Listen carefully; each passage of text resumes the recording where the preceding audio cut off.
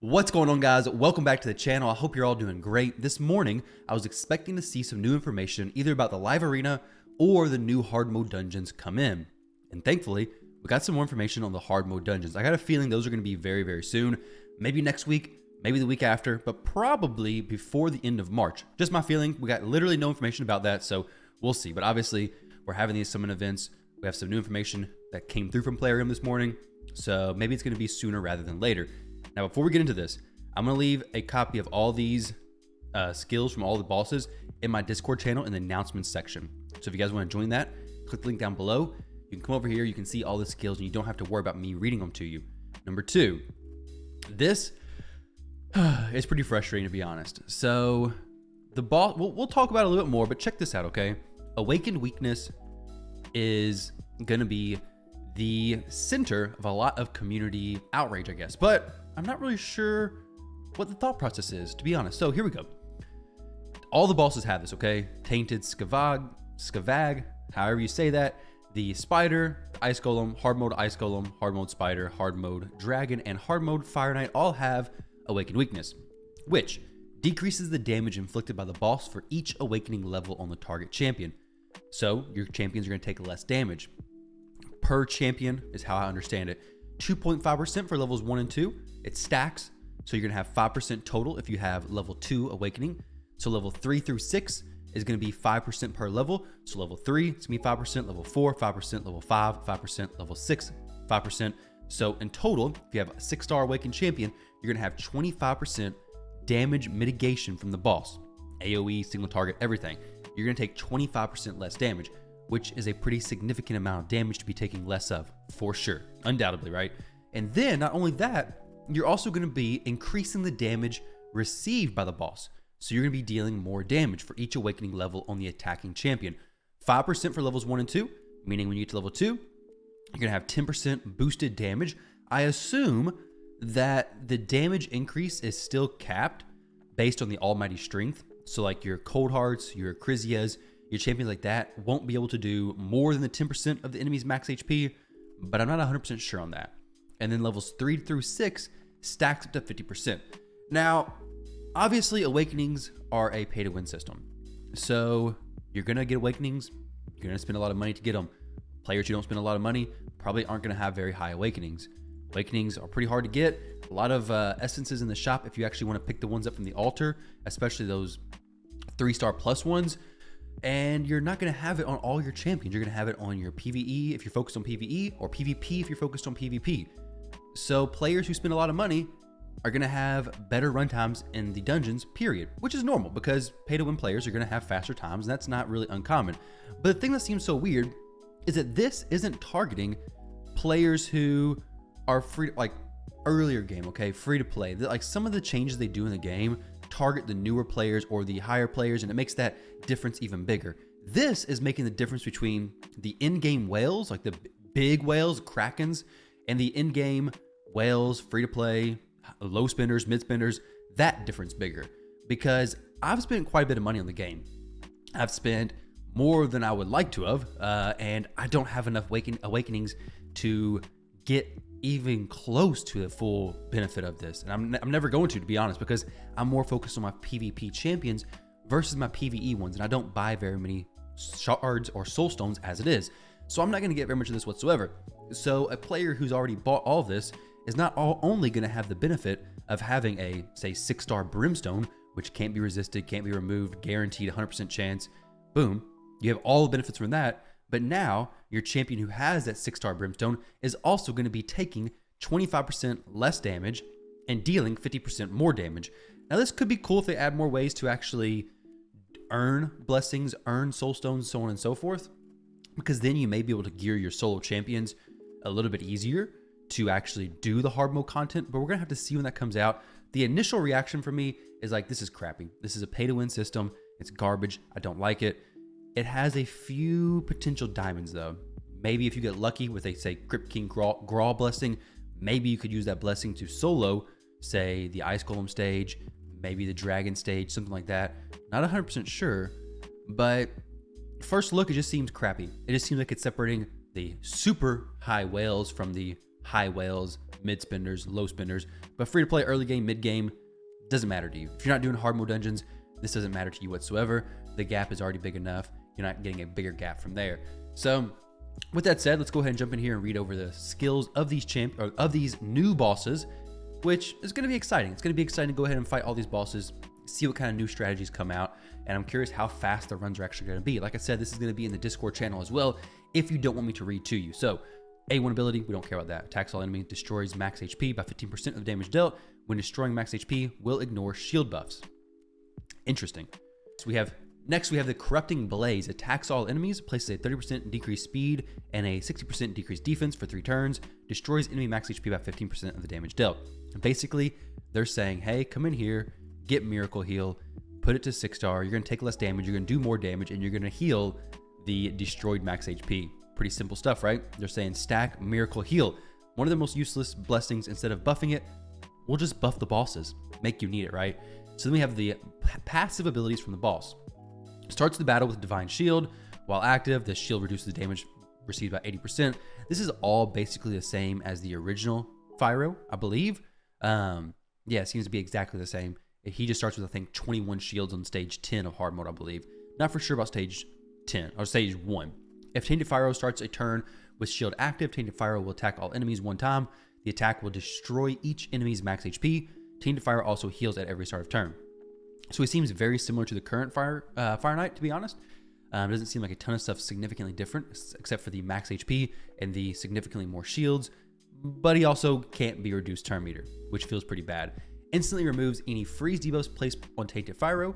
Decreases Tainted Fyro's turn meter by 15% for each freeze debuff placed on him. Now, freeze buffs don't stack, or they usually don't stack. So if you are placing a freeze over top of an already existing freeze, does that allow you to place an extra stack of freeze, or how does that actually work? I'm curious because, like I said, freeze typically doesn't stack. It's kind of strange, but I guess we'll see when it's actually released. When attacked, destroys attackers max HP by 1% per hit if Divine Shield is currently active, which hopefully is not going to be too much of an issue. You're going to want to get the shield down as quickly as possible. AoE or ally attacks, counterattacks, reflect damage, multi-hitters, all that kind of stuff is going to help you get the shield down as quickly as possible. Immune to stun, sleep, provoke, block active skills, block passive skills, fear, true fear, and petrification debuffs. Also immune to HP exchange effects, no more Nodgar cheese, HP balancing effects, turn meter decreasing effects, and cooldown increasing effects. So he's immune to basically everything the dragon was, except he's not immune to freeze. So you can freeze him, which, like I said, I'm curious to see how that actually works. So there we go, the Fire Knight. I think the Fire Knight's going to be the hardest. I'm going to try to give these in the order I think it's going to be the hardest to the easiest. So the next one is the Spider. I think the Spider is going to be the second hardest. Maybe. I mean, it's kind of how it goes right now. Once you can do it, not too bad. But hey, I guess we'll see soon enough. So starting off with their default ability, attacks all enemies. Damage increases by 15% if the target is under poison. There we go. That's pretty simple. Next, we have attacks all enemies. Decreases the turn meter by 30%. If a target's turn meter is fully depleted, places a sleep debuff for 1 turn. This debuff cannot be resisted. Okay, so a sleep, 4-turn duration, 4-turn cooldown. Doesn't seem super threatening. Then we have the passive. Spawns 6 spiderlings at the start of the round. Basically the same as the current spider. Spawns 2 tainted spiderlings at the start of each enemy turn. Okay, so same as always. Spawns 4 at the end of Tainted Scavag's turn. Tainted Scavag can have a maximum of 10. Okay, so all that's the same. Consumes all remaining tainted spiderlings at the start of each turn. If the spider consumes tainted spiderlings, she will not consume them on the following turn. So all that's the exact same. Heals by 3% of their max HP each time a spiderling is consumed, and permanently increases her attack by 10%. Once again, I believe all that's exact same. Heals from lifesteal artifacts and skills that heal based on damage inflicted. Will only heal champions by 35% of the stated amount when attacking the spider or her spiderlings. Okay, so if it heals for 50%, for example, it only heal for 35% of that. Obviously, you have a ton of spiderlings out there, so healing for the full amount from each hit is going to be a lot of heals. You'll still heal for a lot of damage from the lifesteal, but it's just not as much as being overpowered. So all that's the same. Immune to heal reduction, decreased speed, HP burn debuffs, as well as turn meter reduction effects. Whenever an HP burn debuff is activated on a Tainted Spiderling, heals Tainted Scavag by 1% of her max HP. Whenever a Tainted Spiderling dies, inflicts damage to Tainted Scavag equal to 3% of her max HP. Interesting. So the HP burn, I believe ticks for like 3% of your HP, I think. So you're gonna be healing the spider, but you're also gonna be damaging. It definitely does more than 1%. So you could actually do HP burn strategies and it should be fine. So we're gonna have to see how that actually works. Immune to decreased speed and turn meter reduction is the biggest in my opinion. So then we have immune to stun, freeze, sleep, provoke, block active, block passives, fear, true fear, petrification. Also immune to cooldown increasing. Wait, no. It says that immune to heal reduction, decreased speed, and HP burn debuffs, as well as turn meter reduction effects whenever an HP burn is activated. Wait, so I could just be reading that wrong. But that part says that she is immune to all that. But then this part does not say that. Maybe it's just not doubling up on it. But either way, turn meter reduction effects, they're basically taking the bosses and whatever worked before, making it not work now. Pretty interesting, I guess. Here we go. The Tainted Ice Golem. So, attacks all enemies on the A1. Attacks all enemies, places a decreased accuracy debuff for 2 turns. Decrease the turn meter of all enemies by 30%. Also removes all debuffs from Tainted Crisis. Pretty typical stuff. Attacks all enemies 1 time whenever the Ice Golem HP drops below 80%, 60%, so all the same stuff.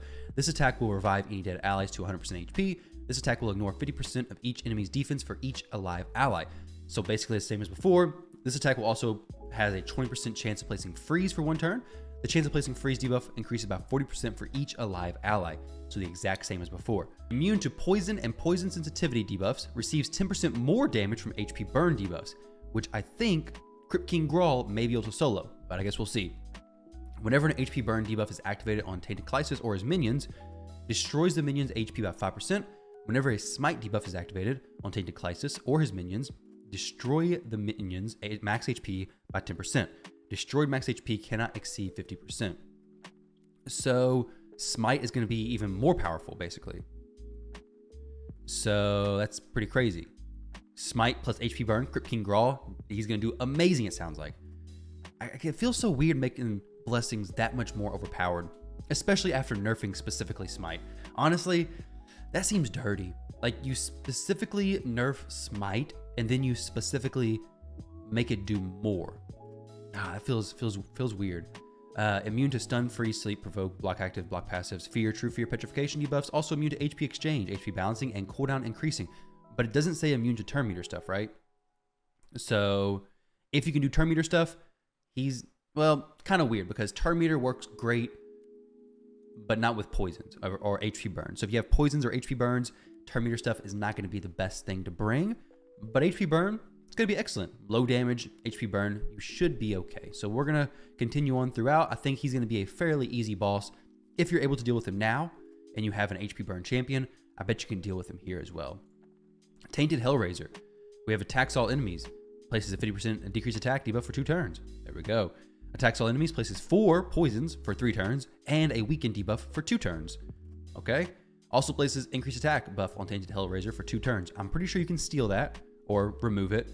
And I'm pretty sure you can block these with block debuffs or just resist them. The Duchess in the video was resisting them. So if you can resist everything and remove the increased attack, this ability basically becomes useless, right? Or basically so. Draconic Gaze fully depletes the turn meter of all enemies, unlocks secret skill, Toxic Incineration. So very similar to what's before, but not the same. Attacks all enemies. This attack deals pure damage, places a stun debuff for 1 turn. This debuff cannot be resisted. So is this the same as the previous dragon? It sounds like it is. Except it has this as well. Instantly activates any 5% poison debuffs on each target.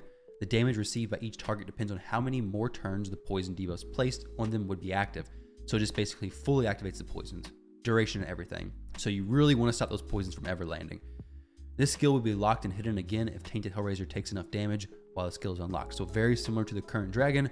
Do damage before he ever does that skill. So that purple bar, get rid of the purple bar, and you're good to go. Immune to stun, freeze, sleep, provoke, block active, block passives, fear, true fear, petrification, and HP exchange, HP balancing, and cooldown increasing. It doesn't say anything about turn meter, does it? But I'm pretty sure the current dragon doesn't say anything about turn meter either, but he is immune to turn meter stuff. So I don't know. Maybe we have to check that out. Decreases damage inflicted. Okay, so before we do this, I think I'm really convinced that honestly the dragon may even be more difficult than the Ice Golem. The Ice Golem seems to be the easiest. The dragon seems to be not that difficult, to be honest. but I could just be way wrong. The spider seems to be the most difficult, but if HP burn is doing 2% damage each turn instead of 3%, then maybe not super difficult, just a little bit different teams. And then the Fire Knight seems like he's going to be an absolute pain. Let me go see something real quick, because I think the current dragon doesn't say that he's immune to turn meter either. Let's go see though. But I'm pretty sure dragons have like a innate immune to this kind of stuff. Where can we see this stuff at? Is it boss guide maybe? Okay, let's see. Immune to HP exchange, HP balancing, and cooldown increasing. Okay, so it doesn't say that he's immune to turn meter stuff, but he is immune to turn meter stuff. So I'm not sure exactly why. What's going on, guys? What am I missing here? Am I missing something? Attacks all enemies. Doesn't say anything about being immune to turn meter. He just is. Doesn't say he is, but he is. Some bosses say it. Some bosses don't. What in the world? Like the Fire Knight specifically says that. Guys, I'm at a loss here. What's going on? What is this craziness? But all right, guys, let me know what you think about the bosses down below. Let me know what you think about the new blessing changes. Is it a good thing? Or is it just a bad thing? My first initial reaction says a bad thing. But then, looking at it a little bit more, while I'm not going to be doing speed runs, I'm not going to be doing as much as the Krakens are, I can still maybe build a little bit easier solo champions or duo champions and maybe be able to do a little bit better there. I'm going to have a 10-minute run probably, but maybe it helps. I don't really know. Maybe it reduces some of the gear threshold that I actually need to hit. But I guess we're going to find out soon enough, guys. So with that said, thank you all very much for watching the video. Hope you all enjoyed. If you want to read all that yourself, it's going to be in the Discord channel, and I'll catch you all in the next video.